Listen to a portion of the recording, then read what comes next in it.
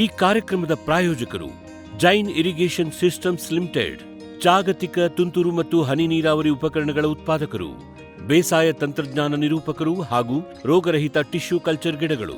ವೀಕ್ಷಕರೇ ನಮಸ್ಕಾರ. ಇವತ್ತಿನ ಕೃಷಿ ಋಷಿಯ ಅಂಗಳದಲ್ಲಿ ಕಾರ್ಯಕ್ರಮಕ್ಕೆ ತಮಗೆ ಸ್ವಾಗತ. ವೀಕ್ಷಕರೇ, ನಾವಿವತ್ತು ಮೈಸೂರು ಜಿಲ್ಲೆಯ ನಂಜನಗೂಡು ತಾಲೂಕಿನ ರಾಂಪುರ ಗ್ರಾಮಕ್ಕೆ ಬಂದಿದ್ದೇವೆ. ಇವತ್ತಿನ ಕಂತಿನಲ್ಲಿ ಇಲ್ಲಿನ ರೈತರಾಗಿರುವಂಥ ಶ್ರೀ ಕುಮಾರ್ ಸರ್ ಅವ್ರನ್ನ ಮಾತಾಡಿಸಿ ಇವ್ರು ಯಾವ ರೀತಿ ಒಂದು ಕೃಷಿಯನ್ನು ಮಾಡ್ತಾಯಿದ್ದಾರೆ. ಇವ್ರ ಮೇಲ್ನೋಟಕ್ಕೆ ಹೇಳ್ತಾ ಇದ್ರು, ಇಲ್ಲ ನಾನು ಮೂಲತಃ ವಿದ್ಯಾವಂತ, ಕೃಷಿ ಅಂದರೆ ನಾನೊಂದು ಪದವಿಯನ್ನು ಮುಗಿಸಿದ ಮೇಲೆ ಕೃಷಿಗೆ ಬಂದೆ. ಅದಾದಮೇಲೆ ನನ್ನ ಕೈಗೆ ನನ್ನ ಜಮೀನು ಬಂದಾಗ ನಾನು ನಾನಾ ರೀತಿಯ ಬೆಳೆಗಳನ್ನು ಒಂದು ಮಿಶ್ರ ಬೆಳೆಯಾಗಿ ಬೆಳ್ಕೊಂಡು ನಾನು ಒಂದು ಕೃಷಿ ಮಾಡಬೇಕು ಅಂತ ಬಂದೆ. ಅದಾದಮೇಲೆ ಇಲ್ಲಿ ಸಾಕಷ್ಟು ಕಷ್ಟಗಳನ್ನು ನಾನು ಎದುರಿಸಿ ಈಗ ನಾನು ವರ್ಷ ಪೂರ್ತಿ ಒಂದೇ ಬೆಳೆ ಮೇಲೆ ನಾನು ಡಿಪೆಂಡೆಂಟ್ ಆಗಿಲ್ಲ, ಬೇರೆ ಬೇರೆ ಥರದ ಬೆಳೆಗಳನ್ನು ಬೆಳಿತೀನಿ ಅಂತ ಹೇಳಿದ್ರು. ಏನೇನು ಬೆಳೆಗಳನ್ನು ಇವರು ಬೆಳೀತಾರೆ. ಅದಲ್ಲದೆ ನಾವು ಇವ್ರ ತೋಟಕ್ಕೆ ಇಲ್ಲಿ ಬಂದಾಗ ಬೀಟ್ರೂಟ್ ಬೆಳೆಯನ್ನು ಹಾಕಿದರು.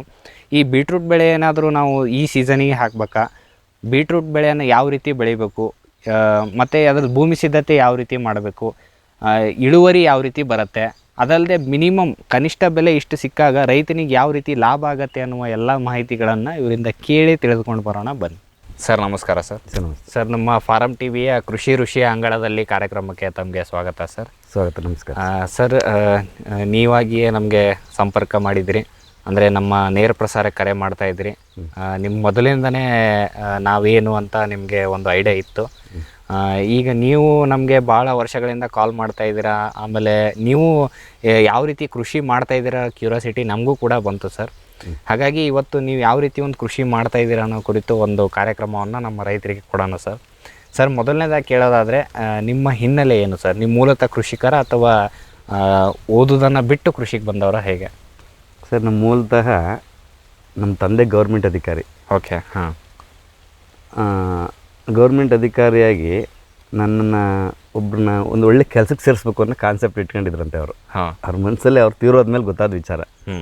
ಆದರೂ ನಮ್ಮ ಹಣೆ ಬರೋಣ ಏನೋ SLC ಫೇಲ್. ನಾನು ಇರೋದು ಹೇಳ್ಬೇಕು, PUC first class, degree just pass. Okay. Degree complete ಮಾಡಿದ್ದೀನಿ ಯಾವುದೋ ಕಲಾ ವಿಭಾಗದಲ್ಲಿ. ಅಷ್ಟು ಬಿಟ್ಟರೆ ನೆಕ್ಸ್ಟು ಇನ್ನು ಉದ್ಯೋಗ ಕಲಿಯೋಕ್ಕೆ ಶುರುವಾದ.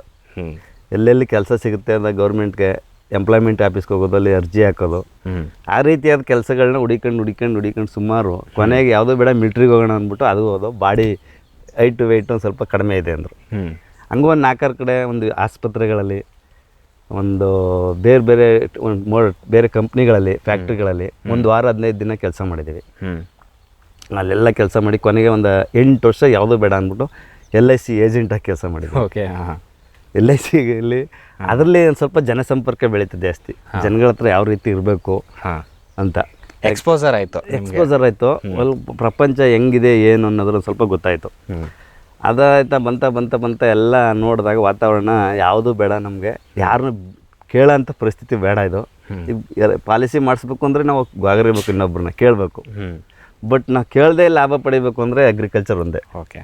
ಲಾಭ ಆಗಲಿ ನಷ್ಟ ಆಗಲಿ ಅಗ್ರಿಕಲ್ಚರ್ಗೆ ಬಂದ್ಬಿಟ್ರೆ ಬೆಸ್ಟ್ ಅಂದ್ಬಿಟ್ಟು ಎಲ್ಲ ಕೆಲಸನೂ ಬಿಟ್ಟು ನಾ ಅಗ್ರಿಕಲ್ಚರ್ಗೆ ಬಂದೆ. ಓಕೆ. ಬಂದಮೇಲೆ ಹೊಸ್ದಾಗಿ ಒಂದು ಸಾರಿ ಸರ್ಕಾರದಿಂದ ಸಹಾಯಧನ ಕೊಡ್ತೀವಿ ಬಾಳೆ ಹಾಕಿ ಅಂದರು. ಹೆಚ್ಚು ಕಮ್ಮಿ 12-13 ವರ್ಷ ಆಯಿತು. ಸಹಾಯಧನ ಟ್ರಂಚ್ ಹೊಡಿಸ್ತಾರೆ, ಬಾಳೆ ಹಾಕಿದ್ರೆ ನಮಗೆ ಸರ್ಕಾರದಿಂದ ಸಹಾಯಧನ ಸಿಗುತ್ತೆ ಅಂತಂದರು. ಅದರಿಂದ ಟ್ರಂಚ್ ಆಗಿ ಇದೇ ಜಾಗದಲ್ಲಿ ಬಾಳೆ ಹಾಕ್ದೆ. 12 ವರ್ಷದಿಂದ ಇವತ್ತವರೆಗೂ ನಾನು ಭಾಳ ರೆಗ್ಯುಲರಾಗಿ ಬೆಳೀತಾ ಇದ್ದೀನಿ. ಬೆಳೀತಾ ಇದ್ದೀನಿ. ಸರಿ. ಈಗ ಲಾಭ ಅಂತೂ ಕಂಡಿಲ್ಲ. ಹಣೆ ಬರ ಅದೃಷ್ಟ ಅಂತ ಹೇಳೋದಕ್ಕಿಂತ ನಾನು ಹಾಕಿದ ಟೈಮ್ಗೆಲ್ಲ ರೇಟ್ ಡೌನು. ಲಾಕ್ಡೌನಿಂದ ಹಾಕಿದ್ದೀನಿ. ಲಾಕ್ಡೌನ್ ಆದಾಗ ಆ ಪೊಲೀಸ್ರುಗಳು ರೋಡಲ್ಲಿ ಹಾಕೊಂಡಿದ್ರು, ಬ್ಯಾರಿಕೇಡ್ ಹಾಕೊಂಡು ಯಾರನ್ನೂ ಬಿಡ್ತಾ ಇರಲಿಲ್ಲ ನೋಡಿ. ಅವ್ರಿಗೆ ತಗೊಂಡೋಗಿ ಕೊಡಿಸ್ದೆ ಕೊನೆಗಳನ್ನ. ನೀವಾದರೂ ತಿನ್ನಿ ಅಂದ್ಬಿಟ್ಟು ಕೊನೆಗೆ ಆಸ್ಪತ್ರೆ ಕೊಟ್ಟೆ. ಅವು ರಿಟರ್ನ್ಸ್ ನನಗೆ ನಾನು ಮಾಡಿದ್ದು ಒಂದು ಅವ್ರ ಹತ್ರ ಯಾವುದೇ ಫಲಾಪೇಕ್ಷೆ ಇಲ್ಲದೆ ಮಾಡಿದ್ದು ರಿಟರ್ನ್ಸ್ ನನಗೆ ಉಪಯೋಗನೇ ಆಗೋಯ್ತು. ಸರ್, ಈಗ ಫಸ್ಟು ನೀವು ಬಾಳೆ ಹಾಕಿದ್ರಿ. ನಿಮ್ಮ ಮೊದಲು ಎಷ್ಟು ಎಕರೆ ಐತೆ ಸರ್? ಏನು ನೀವು ಹೆಚ್ಚು ಮಾಡಿದ್ರ? ನಾವೇನು ಹೆಚ್ಚು ಮಾಡಿಲ್ಲ. ಇದು ನಮ್ಮ ತಂದೆಯವರೇ ತೆಗೆದುಬಿಟ್ಟಿದ್ದಂಥ ಜಮೀನು. ಎಷ್ಟು ಎಕರೆ ಇದೆ ಸರ್? 5.5 ಎಕರೆ ಇದೆ. 5.5 ಎಕರೆ. ನಿಮ್ಮ ಕೈಯಲ್ಲಿ ಜಮೀನು ಬಂದಾಗ ಸರ್ ಇಲ್ಲೇನು ಬೆಳೆ ಇತ್ತು? ಬರೀ ಖಾಲಿ ಬೆಳೆ ಇತ್ತ? ಇಲ್ಲ, ನಮ್ಮ ತಂದೆ ಇದ್ದಾಗ ಕಬ್ಬು ಬೆಳೀತಿದ್ವಿ ಎಲ್ಲ. ಓಕೆ. ಇದೆಲ್ಲ ಕಬ್ಬು ಹಾಕ್ತಿದ್ರು. ಫ್ಯಾಕ್ಟ್ರಿ ಇದೆಯಾ? ಫ್ಯಾಕ್ಟ್ರಿ ಇದೆ, ಬನ್ನಾರಿ ಅಮ್ಮನ್ ಶುಗರ್ ಇಂಡಸ್ಟ್ರಿ. ಆ ಫ್ಯಾಕ್ಟ್ರಿಗೆ ನಾವು ಕಬ್ಬು ಹಾಕ್ತಿದ್ದೋ. ಬಟ್ ಕಬ್ಬಲ್ಲಿ ಅಂಥ ಲಾಭದಾಯಕ ಆಗಲಿಲ್ಲ ನಮಗೆ. ಯಾಕಂದರೆ ವರ್ಷದವರೆಗೆ ಅದರಲ್ಲಿ ಅದ್ರ ವ್ಯವಸಾಯ ನಮ್ಮ ಹಳ್ಳಿ ಜನ ಏನು ಹೇಳ್ತಾರೆ ಅಂದರೆ ಸೋಂಬೇರಿ ಬೆಳೆ ಅಂತ ಕರೀತಾರೆ. ಯಾಕಂದರೆ ಒಂದ್ಸರಿ ಕಬ್ಬು ಹಾಕ್ಬಿಟ್ಟು ಇನ್ನು ಡ್ರಿಪ್ಪಲ್ಲಿ ನೀರು ಬಿಟ್ಕೊಬಿಟ್ರೆ ಇನ್ನೆಲ್ಲವೇ ಅದ್ರ ಕೆಲಸ ಕಡಿಮೆ. ಒಂದು 2 ಸರಿ 3 ಸರಿ ಗೊಬ್ಬರ ಹಾಕಿರ್ತೀವಿ, ಡ್ರಿಪ್ಪಲ್ಲಿ ನೀರು ಬಿಟ್ಕೊತೀವಿ ಅಷ್ಟೇ. ಅದೇನಂದರೆ ಅದನ್ನು ಟೆಕ್ನಿಕಲಾಗಿ ಮಾಡಿದ್ರೆ ಅದರಲ್ಲೇ ಲಾಭ ಬೆಳಿಬೋದು. ಈಗ ನಾನು 95 ಟನ್ವರೆಗೂ ಬೆಳೆದಿದ್ದೀನಿ ನಾನು ಒಂದು ಎಕರೆಗೆ. ಎಲ್ಲ ಒಂದು 3 ಅಡಿ ಪಟ್ಟ ಹೊಡಿತಿರು, 4 ಅಡಿ ಹೊಡಿತಿರು. ನಾನು 5 ಅಡಿ 5.5 ಅಡಿ ಹೊಡೆದಿದ್ದೆ. ಹಾಗೂ ಎಲ್ಲ ಜನರ ಕೈಲೆಲ್ಲ ಬಯಸ್ಕೊಂಡಿದ್ದು ಉಂಟು, ಇವ್ನಿಗೆ ಯಾಕೆ ಈ ಥರ ಎಲ್ಲ ಮಾಡ್ತಾನೆ ಅಂತ. ಪಾಪ ಇರಲಿ, ಅವ್ರಿಗೆ ಅನುಭವ ಇರಲ್ಲ, ಪಾಪ ಅವ್ರ ಅನುಭವದ ಬಗ್ಗೆ ಅವ್ರು ಹೇಳ್ತಾರೆ ಅಂದ್ಬಿಟ್ಟು ಆ ರೀತಿಯಾದಂಥ ವ್ಯವಸಾಯ ಮಾಡಿದೆ. ಆಮೇಲೆ ಅತಿ ಹೆಚ್ಚು ನಮ್ಮ ತಂದೆ ಕೃಷಿ ಇಲಾಖೆಯಲ್ಲಿದ್ದರಿಂದ ನನಗೊಂದು ಸ್ವಲ್ಪ ಅನುಭವ ಇತ್ತು. ಅವರು ಒಂದು ಸ್ವಲ್ಪ ಜನಗಳಿಗೆ ಹೇಳ್ತಾ ಇರೋದ್ರಿಂದ ನಾವೊಂದು ಸ್ವಲ್ಪ ಕೇಳ್ಕೊತಾ ಇದ್ವಿ.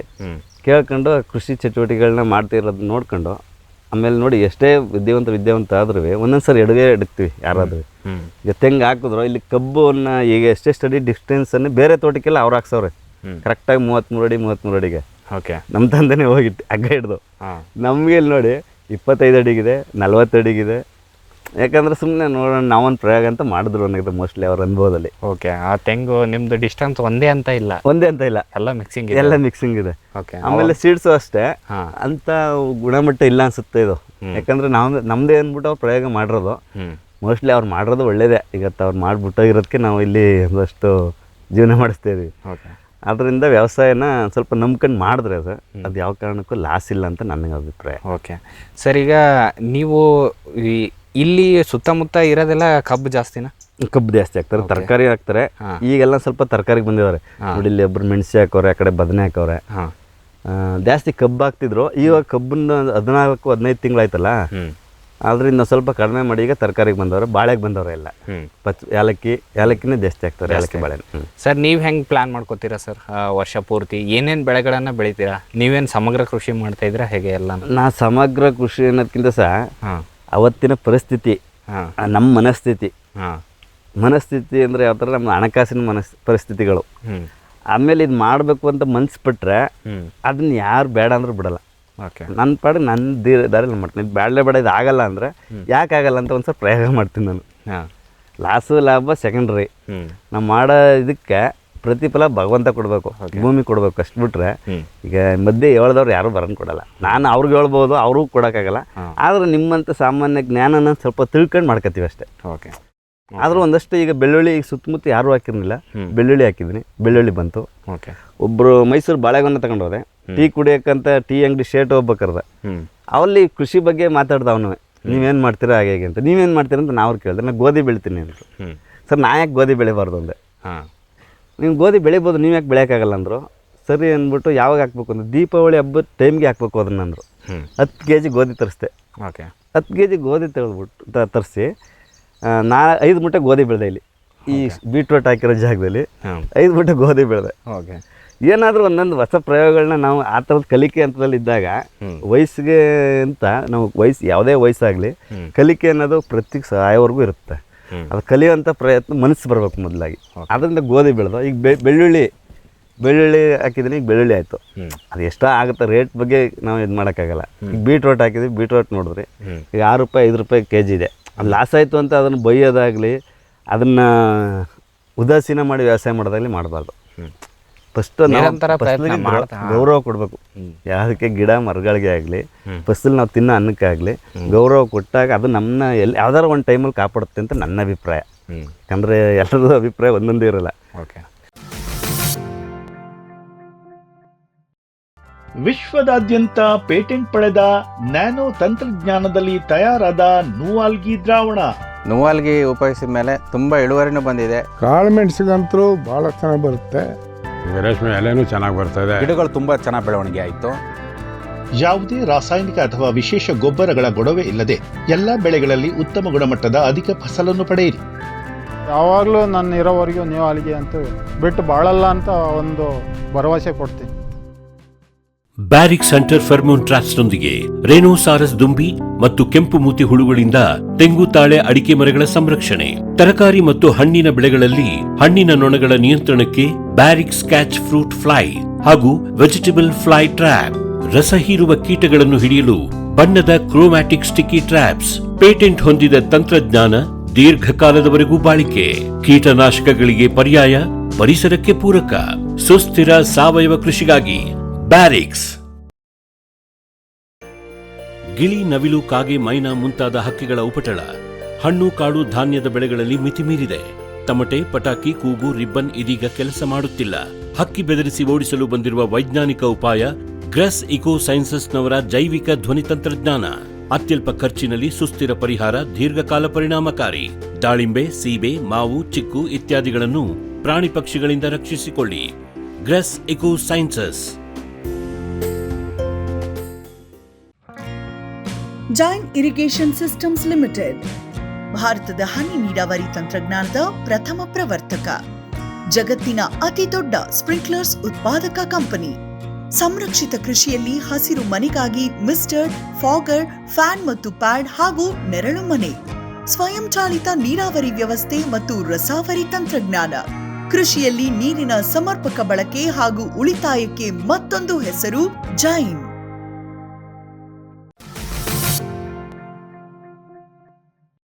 ಸರ್, ಈಗ ನೀವು ವರ್ಷ ಪೂರ್ತಿ ಯಾವ್ಯಾವ ಬೆಳೆಗಳನ್ನು ಹೆಂಗೆ ಪ್ಲ್ಯಾನ್ ಮಾಡ್ಕೊತೀರಾ? ಅಂದರೆ ಈ ಸೀಸನ್ಗೆ ಈ ಬೆಳೆ ಬಂದರೆ ಬೆಸ್ಟು ಅಂತ ಹಿಂಗೆ ಪ್ಲ್ಯಾನ್ ಮಾಡ್ತೀರಾ ಹೇಗೆ? ಸರ್, ಹಂಗೆ ಪ್ಲ್ಯಾನ್ ಹಾಕೊಂಡು ಯಾವುದೂ ವ್ಯವಸಾಯ ಮಾಡೋಕ್ಕಾಗಲ್ಲ. ಓಕೆ, ವ್ಯವಸಾಯದಲ್ಲಿ ನಾವು ಪ್ಲ್ಯಾನ್ ಹಾಕೊಂಡು ಏನೂ ಮಾಡೋಕ್ಕಾಗಲ್ಲ. ನಮ್ಮ ಮನಸ್ಸಿಗೆ ಇದು ದೃಢ ಸಂಕಲ್ಪ ಮಾಡಿ ಇದು ಮಾಡಬೇಕು ಅಂತ ಮಾಡಿದ್ರೆ ಸಾಧ್ಯ. ಈಗ ಹೋದ ವರ್ಷ ಇದೇ ಟೈಮಲ್ಲಿ ಟೊಮೊಟೊ ರೇಟ್ ಇತ್ತು, ಕೋಸ್ ರೇಟ್ ಇತ್ತು, ಬೀಟ್ರೂಟ್ ರೇಟ್ ಇತ್ತು. ಯಾಕಂದ್ರೆ ಮಳೆ ಇಲ್ಲ, ಬೇಸಿಗೆ ಮಳೆ ಕಾಲ ಇಲ್ವಲ್ಲ ಅಂತ. ಈ ಸರಿ ಎಲ್ಲ ಅದನ್ನೇ ಹಾಕೋರೆ. ಇಲ್ಲಿ ನಮ್ಮ ಜಮೀನು, ಪಕ್ಕದ ಜಮೀನಲ್ಲಿ 2 ಎಕರೆ ಕೋಸ್ನ ರೋಟ್ರಿ ಬಿಟ್ಟು ಹೊಡಿಸ್ತು ಬಂದಿರೋದನ್ನ. ರೇಟ್ ಇಲ್ಲದೆ ಬೀಟ್ರೋಟು ಹಂಗೆ ಮಾಡಿ ನಾನು ಪಾಪ ಇದು ವೇಸ್ಟ್ ಆಗಬಾರ್ದು, ಯಾವ್ದಾದ್ರು ಒಟ್ಟಿಗೆ ಆಗಲಿ ಅಂದ್ಬಿಟ್ಟು ಮಂದೆ ಕುರಿಯವರೆಲ್ಲ ಅವ್ರನ್ನ ಬಿಡಿಸ್ದೆ. ಕುರಿ ಆದ್ರೆ ತಿನ್ನಲಿ ತೆಗಿಂತ ಕುರಿ ತಿಂದ್ಬಿಟ್ಟು ಈಗ ಕೊನೆಯಲ್ಲಿ ಒಂದು ಸ್ವಲ್ಪ ಹಾಗೆ ಉಳ್ಕತ್ತಲ್ಲ, ಅದನ್ನ ಇವಾಗ ಕೀಳ್ತಾ ಇರೋದು. ಓಕೆ, ಅದರಲ್ಲಿ ಪ್ಲ್ಯಾನ್ ಹಾಕೊಂಡು ಏನೂ ಮಾಡೋಕ್ಕಾಗಲ್ಲ. ನಮ್ಮ ಮನಸ್ಸಿಗೆ ವಾತಾವರಣಕ್ಕೆ ಈಗ ಇದಾಕಬೇಕು. ಶುಂಠಿ ಹಾಕಿದ್ದೀನಿ ಅಲ್ಲಿ, ಅದು ಜನವರಿವರೆಗೆ, ಡಿಸೆಂಬರಲ್ಲಿ ಹಾಕ್ಬೇಕು ಅಂತ ಇರುತ್ತೆ. ಅದು ಇಲ್ಲ ಜನವರಿ ಫೆಬ್ರವರಿಲಿ ಹಾಕ್ಬೇಕು ಅಂತ ಇರುತ್ತೆ. ಮಾರ್ಚ್ ಏಪ್ರಿಲ್ವರೆಗೂ ಹಾಕ್ಬೋದಂತೆ ಮಳೆಗಾಲ ಶುರುವಾದಾಗ. ಮೇನ್ ಶುರು ಮಾಡೋದು ನಮ್ಮ HD ಕೋಟೆ ಆ ಕಡೆ ಎಲ್ಲ ಕೇರಳ ಭಾಗದಲ್ಲಿ ಶುರು ಮಾಡೋದು ಮಾರ್ಚ್ ಗಂಟೆ ಹಾಕ್ತಾರೆ. ಆದ್ರೆ 1 ತಿಂಗಳು 2 ತಿಂಗಳು ವೇರಿಯೇಷನಲ್ಲಿ ಅಂತ್ಯವೆಲ್ಲನೂ ಹಾಕ್ಬಿಡ್ಬೋದು. ಇನ್ನು ಬೇರೆ ಈ ಬಾಳೆ, ಈ ಮಾಮೂಲಿ ತರಕಾರಿಗಳಿಗೆ ಅವಕ್ಕೆಲ್ಲ ಟೈಮ್ ಇಲ್ಲ. ನಮ್ಗೆ ಯಾವಾಗ ಸೂಕ್ತ ಅನಿಸುತ್ತೆ ಹಾಕ್ಬೇಕು. ಯಾಕಂದರೆ ಇವತ್ತು ಸಮಗ್ರವಾಗಿ ಎಲ್ಲನೂ ಸಮೀಕ್ಷೆ ಮಾಡೋಕ್ಕಾಗಲ್ಲ. ಯಾಕಂದರೆ ಸಮಗ್ರವಾಗಿ ಪರೀಕ್ಷೆ ಮಾಡಬೇಕು ಅಂದರೆ ಅದು ಕಷ್ಟ ಸಾಧ್ಯ. ಆದರೆ ಸರ್ಕಾರಗಳ ಕೈಲಿ ಆಯ್ತಾ ಇಲ್ಲ. ಯಾರ್ಯಾರು ಜಾಸ್ತಿ ಬೆಳೆ ಟೊಮೊಟೊ ಹಾಕ್ಬಿಟ್ಟವ್ರೆ, ನಾ ಟೊಮೊಟೊ ಹಾಕೋ ರೇಟ್ ಸಿಗಲ್ವೋ, ಆ ಪ್ಲಾನ್ ಹಾಕಿ ಮಾಡಿದ್ರೆ ಯಾವತ್ತೂ ಆಗಲ್ಲ. ನಾವು ಮಾಡಬೇಕು, ಬೆಳಿಬೇಕು, ಚೆನ್ನಾಗಿ ಹಾಕ್ಬೇಕು ಅಷ್ಟೇ. ಪ್ರಕೃತಿ ಇಳುವರಿ ತೆಗಿಬೇಕು. ಇಳುವರಿ ತೆಗೆದಾಗ ರೇಟ್ ಕಡಿಮೆ ಇದ್ರೂ ಇಳುವರಿ ಒಂದು ಸ್ವಲ್ಪ ಸಿಗುತ್ತೆ ಅಂತ ನನ್ನ ಅಭಿಪ್ರಾಯ. ಓಕೆ, ಅದರಲ್ಲಿ ಮ್ಯಾಚಪ್ ಆಗುತ್ತೆ. ಓಕೆ, ಹಾಗಾಗಿ ನೀವು ತರಕಾರಿ ಬೆಳೆಗಳನ್ನು, ಈ ಬಾಳೆ ಬೆಳೆ, ಶುಂಠಿ ಬೆಳೆ, ಈ ರೀತಿ ವರ್ಷ ನಿಮ್ಗೆ ಯಾವಾಗ ಬೆಳಿಬೇಕು ಅನ್ನಿಸ್ತೆ? ನಮ್ಮ ಮನಸ್ಥಿತಿಲಿ ಯಾವ ಥರ ಈಗ ವಾತಾವರಣ ನೋಡ್ತೀವಿ.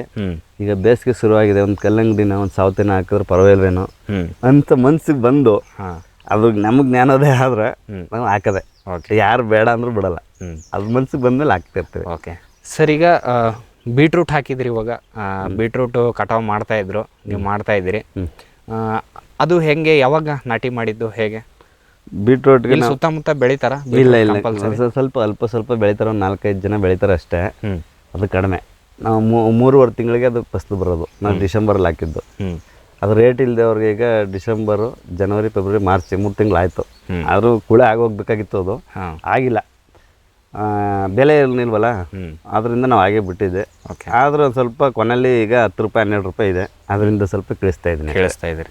ಸರ್, ಅದು ಎಷ್ಟು ಎಕರೆಯಲ್ಲಿ ಹಾಕಿದ್ರಿ ಸರ್? ಇವಾಗ 1 ಎಕರೆಯಲ್ಲಿ ಹಾಕಿರೋದು ಬೀಟ್ರೂಟ್. 1 ಎಕರೆಯಲ್ಲಿದೆ. ಅದು ಹೆಂಗೆ ಭೂಮಿ ಸಿದ್ಧತೆ ಮಾಡ್ಕೊಂಡ್ರಿ ಸರ್? ಭೂಮಿ ಏನಂದರೆ ಸರ್, ಚೆನ್ನಾಗಿ 5 ನೇಗಿಲು ಅಂತ ಬರುತ್ತಲ್ಲ ಟ್ಯಾಕ್ಟ್ರಲ್ಲಿ, 2 ಮೇಲೆ ಕಲ್ಟಿವೇಟ್ರು ನೇಗಿಲನ್ನ ನಾಟಾಗಿ ಆರಂಭ ಹೊಡಿಸಿ ರೋಟೋವೇಟ್ರಾಗಿ ಮಣ್ಣನ್ನು ಪುಡಿ ಮಾಡಬೇಕು. ಅದು ಸಣ್ಣ ಕಾಳು ಬರೋದು, ರಾಗಿ ಕಾಳು ಥರ ಬರುತ್ತೆ. ಅದು ಬೀಟ್ರೂಟ್ ಬೀಜ. ಅದನ್ನು ಒಂದು 5 ಇಂಚ್ಗೆ 4 ಇಂಚ್ಗೆ ಒಂದೊಂದು ಲೇಡೀಸ್ಗಳು ಹಾಕ್ತಾರೆ. ಅದನ್ನ ಓಕೆ, ಬೆಡ್ ಮಾಡಬೇಕು. ಏರಲ್ಲಿ ಎಷ್ಟು ಅಗಲ ಬೆಡ್ ಮಾಡ್ತೀರಿ? 3 ಅಡಿದ ಅಗಲ ಬೆಡ್ ಮಾಡ್ತೀರಿ?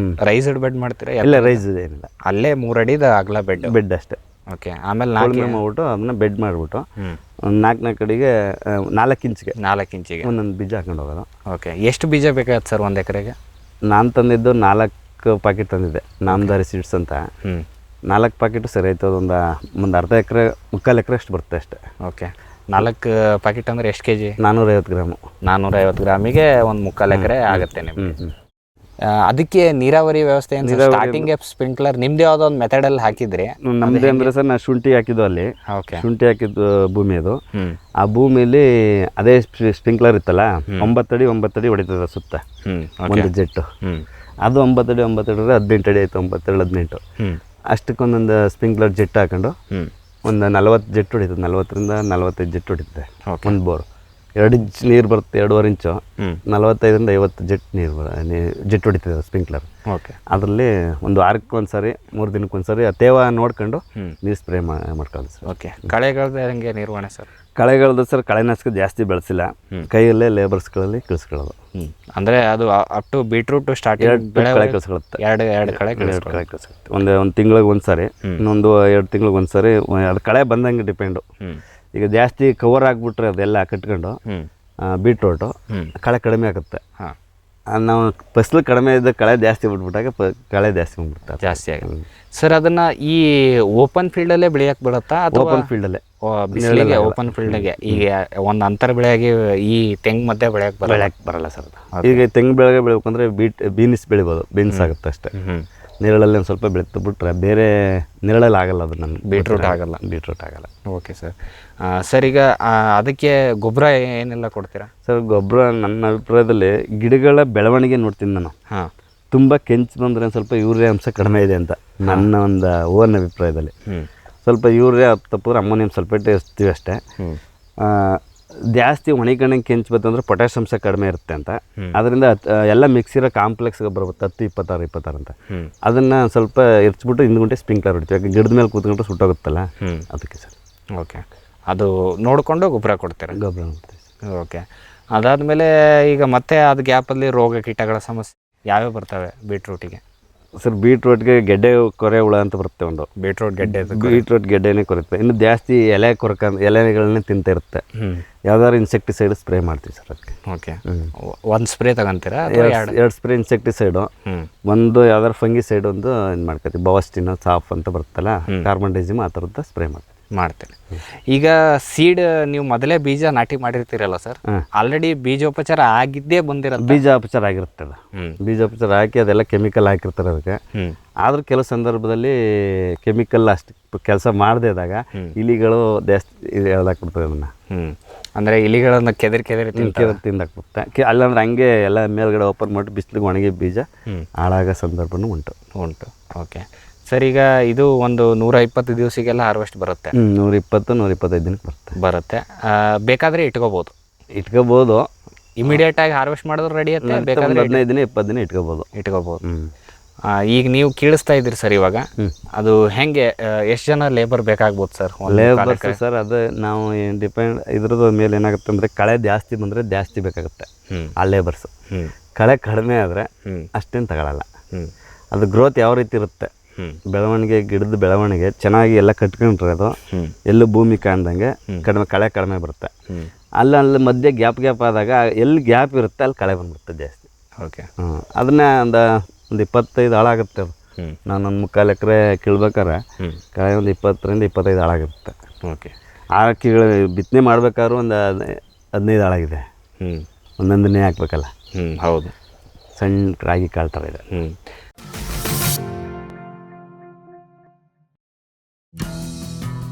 ಜೈನ್ಸ್ ಜಗತ್ತಿನ ಅತಿದೊಡ್ಡ ಅಂಗಾಂಶ ಕೃಷಿ ಪ್ರಯೋಗಾಲಯ ಹಾಗೂ ಟಿಸಿ ಗಿಡಗಳ ಉತ್ಪಾದಕರು. ಸಮೃದ್ಧ ಇಳುವರಿಗೆ ಜೈನ್ ಜೀನೇನ್, ಯಾಲಕ್ಕಿ, ನೇಂದ್ರನ್ ಹಾಗೂ ಕೆಂಪು ಬಾಳೆ ಸಸಿಗಳು, ದಾಳಿಂಬೆ, ಭಗವತಳಿಯ ರೋಗಮುಕ್ತ ಸಸಿಗಳು, ಲಕ್ನೋ 49 ಪೇರಳೆ, ಸ್ಟ್ರಾಬೆರಿ ಇತ್ಯಾದಿ ಗಿಡಗಳು ಯೋಗ್ಯ ಬೆಲೆಯಲ್ಲಿ. ಅಂಗಾಂಶ ಕೃಷಿಯ ಜಾಗತಿಕ ಬ್ರ್ಯಾಂಡ್ ಜೈನ್. ಮಂಗ, ಹಂದಿ, ಕಾಡೆಮ್ಮೆ, ಜಿಂಕೆ, ಆನೆ ಮುಂತಾದ ವನ್ಯಪ್ರಾಣಿಗಳ ಕಾಟದಿಂದ ಬೇಸತ್ತಿದ್ದೀರಾ? ಚಿಂತಿಸಬೇಡಿ. ಗ್ರಾಸ್ ಇಕೋಸೈನ್ಸಸ್ ಅವರ ಜೈವಿಕ ಧ್ವನಿ ತಂತ್ರಜ್ಞಾನ ನಿಮ್ಮ ನೆರವಿಗಿದೆ. ಕಾಫಿ, ಕೋಕೋ, ತೆಂಗು, ಅಡಿಕೆ, ದಾಳಿಂಬೆ, ಬಾಳೆ, ಹೂ, ಹಣ್ಣು, ತರಕಾರಿ, ಭತ್ತ, ಕಬ್ಬು ಬೆಳೆ ಸಂರಕ್ಷಿಸಿ. ಅಂತಾರಾಷ್ಟ್ರೀಯ ತಂತ್ರಜ್ಞಾನ, ಕೈಗೆಟುಕುವ ಬೆಲೆ. ಏರ್ಪೋರ್ಟ್ ಅಳವಡಿಸಿದ ತಂತ್ರಜ್ಞಾನ ಈಗ ನಿಮ್ಮ ತೋಟ ರಕ್ಷಣೆಗೆ. ಗ್ರಾಸ್ ಇಕೋಸೈನ್ಸಸ್.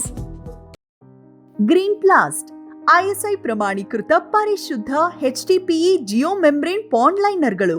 ಕೃಷಿ ಹೊಂಡ, ಕೆರೆ, ಕಾಲುವೆ, ಮೀನುಕೊಳ, ಸ್ಪಿರುಲಿನಾ ಹೊಂಡಗಳಿಗೆ ಬೇಕಾದ ಆಕಾರ ಮತ್ತು ವಿಸ್ತೀರ್ಣಗಳಲ್ಲಿ ಸರ್ಕಾರದ ಸಬ್ಸಿಡಿ ಯೋಜನೆಯಡಿ ಲಭ್ಯ. 100% ಪುನರ್ಬಳಕೆ, ಯುವಿ ಮತ್ತು ಒಡಕು ನಿರೋಧಕ, ಪಕ್ಕಾ ಜೋಡಣೆ, 5 ವರ್ಷಗಳ ಲಿಖಿತ ವಾರಂಟಿ. ಗ್ರೀನ್ ಪ್ಲಾಸ್ಟ್.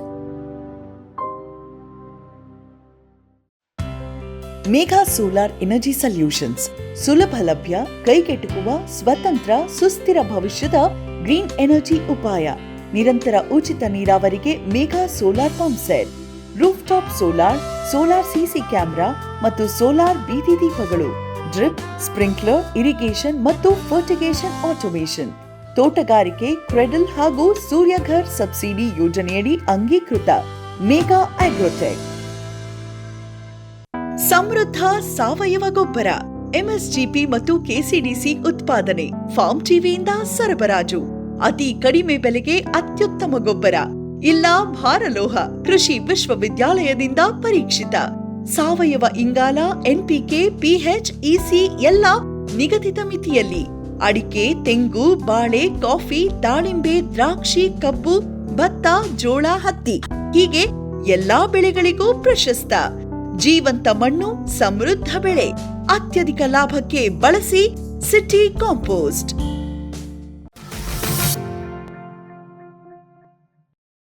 ಸರ್, ಈಗ ಅದನ್ನ ಕಟಾವ್ ಮಾಡೋದು ಹೆಂಗೆ ಸರ್? ಸರ್, ಕಟಾವು ಮಾಡೋದಂದಾಗ ಅದು ಗೊತ್ತಾಗುತ್ತೆ ಸೈಜು. ಅದು ಮೇಲ್ಗಡೆ ಬೆಳಕೆ ಬರುತ್ತೆ ಗೆಡ್ಡೆ. ಈ ಸೈಜ್ ಮಾಮೂಲಿ ಮೀಡಿಯಮ್ ಸೈಜ್ ಬಂದಾಗ ಅದನ್ನು ಈಜಿ ಅದನ್ನೆಲ್ಲನೂ ಕೂದು ಮೇಲ್ಗಡೆ ವೇಸ್ಟ್ ಎಲ್ಲನೂ ಕೂದ ಕಟ್ ಮಾಡಿ. ಮಾಮೂಲಿ ಈಗ ನೀವು ಒಂದು 3/4 ಎಕರೆಗೆ ಎಷ್ಟು ಜನ ಆಳು ಇಟ್ಕೊಂಡು ಕಟಾವು ಮಾಡ್ತೀರಿ ಸರ್? ಈಗ 5 ಜನ ಇದ್ದಾರೆ. ನಾನು ಹೇಳಿದ್ದು 8 ಆಳಿಗೆ ಹೇಳಿದ್ದೆ. 8 ಲೇಬರ್ಸ್ ಬರಲಿಲ್ಲ. ಇವತ್ತು ಕಾರ್ಮಿಕರ ಸಮಸ್ಯೆ ಅಷ್ಟೇ ಇದೆ. ನಾವು ಹೇಳದಷ್ಟು ಮಾಡಿದಷ್ಟು ವ್ಯವಸಾಯ ಅಷ್ಟು ಸುಲಭದಾಯಕ ಅಲ್ಲ, ಸುಲಭನೂ ಅಲ್ಲ, ಲಾಭನೂ ಅಲ್ಲ. ಓಕೆ. ಆದರೆ ನಾವು ಪ್ರೀತಿ ಪಟ್ಟು ಮಾಡೋದ್ರಿಂದ ಅದನ್ನು ಏನು ಸಿಗುತ್ತೆ ಅದನ್ನ ಖುಷಿಯಿಂದ ಸ್ವೀಕಾರ ಮಾಡಿದ್ರೆ ಒಂದಷ್ಟು ಲಾಭ ಬರ್ಬೋದು. ಇದು ಬರಲಿಲ್ಲ ಹೋಯ್ತು, ಅದು ಬರಲಿಲ್ಲ ಹೋಯ್ತು ಅನ್ಕೊಂಡು ನಾವು ನೆಗ್ಲೆಕ್ಟ್ ಮಾಡಿ ಅದನ್ನು ಕಂಡಮ್ ಮಾಡಿದ್ರೆ ಅದನ್ನು ನಮ್ಮನ್ನ ಇಷ್ಟಪಡಲ್ಲ ಅಂತ ನನ್ನ ಅಭಿಪ್ರಾಯ. ಓಕೆ. ಒಂದು ಈಗ 3/4 ಎಕರೆ ಇದೆ ಸರ್. 5 ಜನ ಇವತ್ತು ಒಂದು ದಿನದಲ್ಲೇ ಹಾರ್ವೆಸ್ಟ್ ಆಗಲ್ಲ. ಎಷ್ಟು? 3/4 ಎಕರೆ ಇಲ್ಲ, ಅಲ್ಲಿ ಈಗ ಸ್ವಲ್ಪ ಖಾಲಿಯಾಗಿದೆ, ಇನ್ನೊಂದು ಸ್ವಲ್ಪ ಇದೆ. ಒಂದು ಟನ್ ಆಗ್ಬೋದು ಅದು. 1 ಟನ್ ಕೇಳಬೇಕು ಅಂದರೆ 10 ಆಳಬೇಕು. ಓಕೆ. ಈಗಿರೋದು 5 ಜನ. ಅಂದರೆ ಇನ್ನೊಂದು 2 ದಿನ ಹೋಗುತ್ತೆ ಇದು. ಇನ್ನೊಂದು 2 ದಿನ ಆದರೂ ಆಯಿತು, 3 ದಿನ ಆಯಿತು. ಈಗ ನಾಳೆ ಫಂಕ್ಷನ್ ಅಂದ್ಕೊಂಡು ಅವ್ರು ಬರಲಿಲ್ಲ ಅಂದರೆ ಆಗಲ್ಲ. ಇವತ್ತು ವ್ಯವಸಾಯ ಮಾಡ್ತಾ ಇರೋರು ಎಲ್ಲ ನಾವು ಕಾರ್ಮಿಕರ ಮೇಲೆ ಡಿಪೆಂಡ್ ಆಗಿರೋದು. ಕಾರ್ಮಿಕರಿಲ್ಲದೆ ಯಾವ ಕೆಲಸನೂ ಆಗಲ್ಲ. ಎಷ್ಟೇ ತಂತ್ರಜ್ಞಾನ ವಿಜ್ಞಾನ ಮುಂದುವರೆದ್ರೂ ಕಾರ್ಮಿಕರು ಇಲ್ಲದೆ ವ್ಯವಸಾಯನೇ ಆಗಲ್ಲ. ಕಾರ್ಮಿಕರು ಮುಖ್ಯವಾಗಬೇಕು. ಆದ್ರೆ ಒಂದು ಸ್ವಲ್ಪ ಕಡಿಮೆ ಆಗಿದೆ. ಈಗ ಮೊದಲೆಲ್ಲ ಹಿಂದ್ಗ ಎತ್ತುಗಳಿತ್ತು, ಉಳುಮೆ ಮಾಡ್ತಿದ್ವಿ, ನೇಗಿಲುಗಳಿತ್ತು, ಅವೆಲ್ಲ ಮಾಡ್ತಿದ್ವಿ. ಈಗ ಟ್ಯಾಕ್ಟ್ರ್ ಬಂದು ಒಂದು ಸ್ವಲ್ಪ ಉಳುಮೆ ಕೆಲಸ ಕಡಿಮೆ ಆಯಿತು. ಈ ಕಳೆ ಕೀಳಬೇಕು ಅಂದರೆ ಇದಕ್ಕೆ ಟಿಲ್ಲರ್ ಬಂತು. ಆಮೇಲೆ ಇನ್ನೂ ಕಷ್ಟ ಆಯಿತು ಅಂದ ತಕ್ಷಣ ಭೂಮಿನೇ ನಾಶ ಮಾಡಿ ಕಳೆನೂ ನಾಶ ಮಾಡುವಂಥ ಕಳೆನಾಶಕ ಬಂತು. ಓಕೆ. ಆ ಥರದವೆಲ್ಲ ಬಂದಿರೋದ್ರಿಂದ ಒಂದು ಸ್ವಲ್ಪ ಇಳುವರಿಗಳು ಕುಂಠಿತ ಆಗ್ತಾಯಿದೆ ಬೆಳೆಗಳಲ್ಲಿ. ಓಕೆ. ಈ ಕ್ವಾಲಿಟಿ ಇಷ್ಟೇ ಸೈಜ್ ಇರಬೇಕು ಮಾರ್ಕೆಟಲ್ಲಿ ಅಂತಿದೆಯಾ? ಓವರಾಲ್ ಝೀರೋ ಸುಮ್ಮನೆ ಎಷ್ಟು ಅಲ್ಲಿ ಗ್ರೇಡ್ ಮಾಡ್ಬೇಕು ನಾವು. ಯಾರು ಒಂದೇ ಸಮಕ್ಕೆ ನೀವು ಎಂಥ ಟೆಕ್ನಾಲಜಿ ಬೆಳೆಸ್ತೀರೋ ಒಂದು ವೆರೈಟಿಯಾಗಿ ಬೆಳೆಯೋದು ಕಷ್ಟ. ಒಂದೇ ಸಮ ಕಷ್ಟ. ಆದ್ರೆ ಒಂದು ಸ್ವಲ್ಪ ಮ್ಯಾಕ್ಸಿಮಮ್ ಬೆಳಿಬೋದು. ನಮ್ಮ ಈ ಲೋಕಲ್ಲಾಗಿ ಬೆಳೆಯೋದ್ರಿಂದ ನಾವು ಒಂದು ಈ ಸೈಜ್ ಬರ್ಬೋದು, ಒಂದು ಈ ಸೈಜ್ ಬರ್ಬೋದು, ಒಂದು ಈ ದಪ್ಪ ಬರ್ಬೋದು. ಅದೆಲ್ಲ ವೇರಿಯೇಷನ್ ಆಗುತ್ತೆ. ಅದಕ್ಕೆ ಗ್ರೇಡ್ ಮಾಡ್ಕೊತೀವಿ. ಒಂದು ಫಸ್ಟ್ ಒಂದು ದಪ್ಪದೊಂದು, ಇನ್ನೊಂದು ಮೀಡಿಯಮ್ದು, ಇನ್ನೊಂದು ಸಣ್ಣದು. ಇದಕ್ಕೊಂದು ರೇಟ್ ಇರುತ್ತೆ, ಅದಕ್ಕೊಂದು ರೇಟ್, ಇದಕ್ಕೊಂದು ರೇಟ್. ಇಲ್ಲೇ ಹೊಲದಲ್ಲೇ ಮಾಡ್ಕೊಂಡು ಹೋಗ್ತೀರಾ? ಹೊಲದಲ್ಲೆಲ್ಲ ಮಾಡ್ಕೊತೀವಿ. ಓಕೆ. ಚೀಲಕ್ಕೆ ತುಂಬಾಗಲೇ 1-2 ಥರ ಮಾಡ್ಕೊತೀವಿ. ನೀವು ಕೀಳ್ತೀರಾ? ಕೀಳಿದಾದ್ಮೇಲೆ ಎಲ್ಲ ಒಂದು ಕಡೆ ರಾಶಿ ಹಾಕ್ತೀರಾ? ಫಸ್ಟ್ ಜುಟ್ಟೆಲ್ಲ ಕುಯ್ಬೇಕು. ಅದನ್ನ ವೇಸ್ಟ್ ಕಟ್, ಇದು ಭತ್ತ ಮೇಲ್ಗಡೆ ಕ್ರಾಪು, ಅದು ಕಟ್ ಮಾಡಿ ಗೆಡ್ಡೆ ಮಾತ್ರ ಇಟ್ಕೊಂಡು ಕೆಳಗಡೆ ಗೆಡ್ಡೆನು ಬೆಳೆದಿದ್ದು ಬೇರೆ ಇದೆಯಲ್ಲ ಅದನ್ನು ಕಟ್ ಮಾಡಿ, ಅದನ್ನು ಕಟ್ ಮಾಡಿ ಮೇಲೆ ಜುಟ್ಟನ್ನು ಕಟ್ ಮಾಡಿ ಆಮೇಲೆ ಅದನ್ನು ಚೀಲಕ್ಕೆ ತುಂಬಿ ಗ್ರೇಡ್ ಮಾಡಿ ಕಳಿಸೋದು. ಚೀಲಕ್ಕೆ ತುಂಬಿ ಕಳಿಸ್ತದೆ. ಈಗ 1 ಎಕರೆಗೆ ಎಷ್ಟು ಇಳುವರಿ ಬರುತ್ತೆ ಸರ್ ಸರಾಸರಿ? ಇದು ಸರ್, ನಾನು ಜಾಸ್ತಿ ಟೈಮ್ ಬೆಳೆದಿಲ್ಲ, 4 ಟೈಮ್ ಬೆಳೆದಿದ್ದೀನಿ ಅಷ್ಟೇ. ಒಂದು 5 ಟನ್ 10 ಟನ್ ಬೆಳಿಬೋದು ಬೆಳೆದ್ರೆ. ಅದೇನು ಸರ್, ಅದು ಇಳುವರಿ ಯಾವ ಥರ ಅಂದರೆ ವೆದರ್ ಮೇಲೆ ಡಿಪೆಂಡು. ಯಾವ ಥರ ಅಂದರೆ ವೆದರ್ಗಳು ನಮ್ಗೆ ಸಪೋರ್ಟ್ ಕೊಡಬೇಕು. ಮಳೆ ಜಾಸ್ತಿ ಇಟ್ಕೊಂಡ್ರೆ ಕಳೆ ಎಲ್ಲ ಜಾಸ್ತಿ ಬರುತ್ತೆ. ಆಮೇಲೆ ವಾತಾವರಣಗಳು ಸೃಷ್ಟಿ ಇರುತ್ತೆ. ಜಾಸ್ತಿ ಶೀತ ವಾತಾವರಣ ಆದಾಗ ಕಳೆ ರೋಗಗಳೆಲ್ಲ ಜಾಸ್ತಿ ಆಗುತ್ತೆ. ಈಗ ಸ್ವಲ್ಪ ಬಿಸಿಲಿರೋದ್ರಿಂದ ಸ್ವಲ್ಪ ರೋಗ ಕಡಿಮೆ. ಓಕೆ. ಅದು ಒಂದು ಮೂಲ ಕಾರಣ ಇರುತ್ತೆ. ಈ ಇಳುವರಿ ಮಾತ್ರ ವೇರಿಯೇಷನ್ ಆಗುತ್ತೆ ಸರ್, ಇಷ್ಟೇ ಅಂತ ಹೇಳೋಕ್ಕಾಗಲ್ಲ. ಅವರೇಜ್ ಸರಾಸರಿ ಒಂದು 8ರಿಂದ 10 ಟನ್ ಬೆಳಿಬೋದು ಅಂತ. ಎಕರೆಗೆ 8ರಿಂದ 10 ಟನ್. 10 ಟನ್ ಅಂದ್ರೆ ಅದು ಖರ್ಚು ಇರುತ್ತಲ್ಲ ಸರ್. ಓಕೆ. ಎಷ್ಟು ಖರ್ಚಾಗುತ್ತೆ ಸರ್? ನಾವೊಂದು 3/4 ಎಕರೆಗೆ ಒಂದು 35,000 ಖರ್ಚು ಮಾಡಿದ್ದೀನಿ. ಹ್ಞೂ 30-35,000 ಖರ್ಚಾಗಿದೆ. Okay. ಈಗ 15,000 ರೂಪಾಯಿನ ಆಗಿದೆ ಅಷ್ಟೇ. ಓಕೆ. ಈಗ ಒಂದು 10 ರೂಪಾಯಿ ಅವರೇಜ್ ಕೆ ಜಿ ಸಿಕ್ಕರೆ 10 ರೂಪಾಯಿ ಅಂದರೆ ಸಿಕ್ಕಿದ್ರೆ ಅಂದರೆ ಒಂದೊಂದು ಸರಿ ಅಲ್ಲಿ ಕಮಿಷನ್ ಕೊಡಬೇಕು, ಇವ್ರು ಕೂಲಿ ಚಾರ್ಜ್ ಕೊಡಬೇಕು, ಆಟೋ ಬಾಡಿಗೆ ಕೊಡಬೇಕು. ಈಗ ನಾವು ಒಂದು ಆಳು ಹೋದಾಗ ಅವ್ರಿಗೆ ಇದು ಕೊಡಬೇಕು, ಒಂದು ಆಳಿನ ಚಾರ್ಜ್ ಇರಲೇಬೇಕಲ್ಲ, ತಗೊಂಡೋದ್ರ ಮನೆಯವರು. ಅದೆಲ್ಲ ಕಳೆದ್ರೆ ಒಂದು 6 ರೂಪಾಯಿ 7 ರೂಪಾಯಿ ಸಿಗುತ್ತೆ. ಒಂದೊಂದು ಸಾರಿ ಇದ್ದಕ್ಕಿದ್ದಂಗೆ 20 ರೂಪಾಯಿ 30 ರೂಪಾಯಿ ಆಗುತ್ತೆ ಅಷ್ಟೇ. ಆದರೆ ಗ್ರಾಹಕರಿಗೆ ಯಾವಾಗಲೂ 40 ರೂಪಾಯಿನೇ ಇರುತ್ತೆ. ರೈತರಿಗೆ ಕಡಿಮೆನೇ ಯಾವಾಗಲೂ. ಅಂದರೆ ಅವರೇಜ್ ನಮಗೆ ಅಟ್ಲೀಸ್ಟ್ ಒಂದು 10 ರೂಪಾಯಿ ಸಿಕ್ಕರೆ ಒಂದು 10 ಟನ್ ಆದರೆ 1 ಲಕ್ಷದವರೆಗೂ ಆಗುತ್ತೆ ಕರೆಕ್ಟಾಗಿ ಮಾಡಿದ್ರೆ ಒಳ್ಳೆ ರೇಟ್ ಸಿಕ್ಕರೆ. ಅದರಲ್ಲಿ ಒಂದು 30-35 ಸಾವಿರ ತೆಗೆದ್ರು ಚೆನ್ನಾಗಾದರೆ ಆಯಿತು, ಆಗುತ್ತೆ ಬರಾಗುತ್ತೆ. ಒಂದು 70 ಸಾವಿರ ಆದರೂ ಉಳಿಯುತ್ತೆ. ಓಕೆ ಸರ್, ಇದಕ್ಕೆ ಕಾಂಪಿಟೇಟಿವ್ ಅಂತ ಈಗ ಕೆಲವೊಂದು ಸಲ ಏನಾಗುತ್ತೆ ಸರ್, ಈಗ ಉಳ್ಳಾಗಡ್ಡಿ ರೇಟ್ ಜಾಸ್ತಿ ಆದರೆ ಈ ಗೋಬಿ ಹೋಯ್ತಾರೆ, ಆ ರೀತಿಯಲ್ಲಿ ಇದರಲ್ಲೂ ಕಾಂಪಿಟೇಟಿವ್ ಆಗುತ್ತಾ? ಬೀಟ್ರೂಟ್ ಬದಲು ಆಲೂಗಡ್ಡಿ ತಗೊಳ್ಳೋದು ಹಿಂಗೆಲ್ಲ ಇರುತ್ತೆ. ಜನ ಬುದ್ಧಿವಂತರು ಇದ್ದಾರೆ ಸರ್. ಎಲ್ಲ ಇವತ್ತು ನಮ್ಮ ರೈತರುಗಳೇ ಬುದ್ಧಿವಂತ ಆಗ್ತಾಯಿಲ್ಲ. ಇವತ್ತು ಮಾವಿನ ಹಣ್ಣು ಬಂದಾಗ ಪಚ್ಚಬಾಳೆಹಣ್ಣು ತಿನ್ನೋದು ಕಡಿಮೆ ಮಾಡ್ತಾರೆ. ಹೌದು, ಪಚ್ಚಬಾಳೆಹಣ್ಣು ಜಾಸ್ತಿ ಬಂದಾಗ ಯಾವ್ದು ಜಾಸ್ತಿ ಸೀಸನಲ್ಲಿ ಯಾವ್ದು ಸಿಗುತ್ತೆ ಅದನ್ನು ತಿನ್ಕೋಬೇಕು ಅಂತಾರೆ. ಆಮೇಲೆ ರೇಟ್ ಕಡಿಮೆ ಇರೋದನ್ನೇ ತಿನ್ಕೊಬಿಡ್ಬೇಕು ಇವಾಗ ಅಂತ ಹೇಳ್ತಾರೆ ಹೊರತು ರೇಟ್ ಜಾಸ್ತಿ ಇರೋದಕ್ಕೆ ಯಾರು ಹೋಗಲ್ಲ.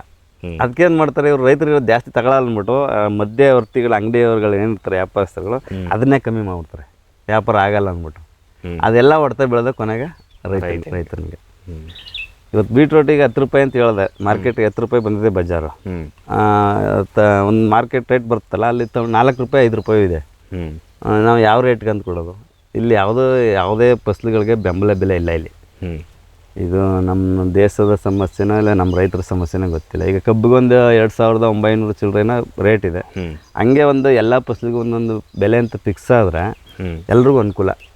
ಓಕೆ, ಈ ತರಕಾರಿ ಬೆಳೆಯೋದು ಭಾರಿ ಕಷ್ಟ ಸರ್. ಯಾಕಂದರೆ ಇವೆಲ್ಲ ಬೇಗ ಸ್ವಲ್ಪ ಕೊಳೆಯುವಂಥ ಹ್ಯಾಬಿಟ್ ಇರೋದ್ರಿಂದ ಪಕ್ಕ ನಾವು ಇದನ್ನೇ ಅಂತ ಡಿಸೈಡ್ ಮಾಡೋದು ಕಷ್ಟ ಇದೆ.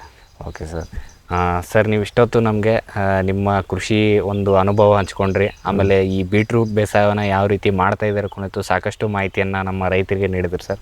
ಹಾಗಾಗಿ ಇಷ್ಟೊತ್ತು ಮಾಹಿತಿ ಕೊಟ್ಟಿದ್ದಕ್ಕೆ ನಮ್ಮ ರೈತರ ವತಿಯಿಂದ, ನಮ್ಮ ವಾಹಿನಿಯ ವತಿಯಿಂದ ತಮಗೆ ತುಂಬ ಹೃದಯದ ಧನ್ಯವಾದಗಳು. ಧನ್ಯವಾದ.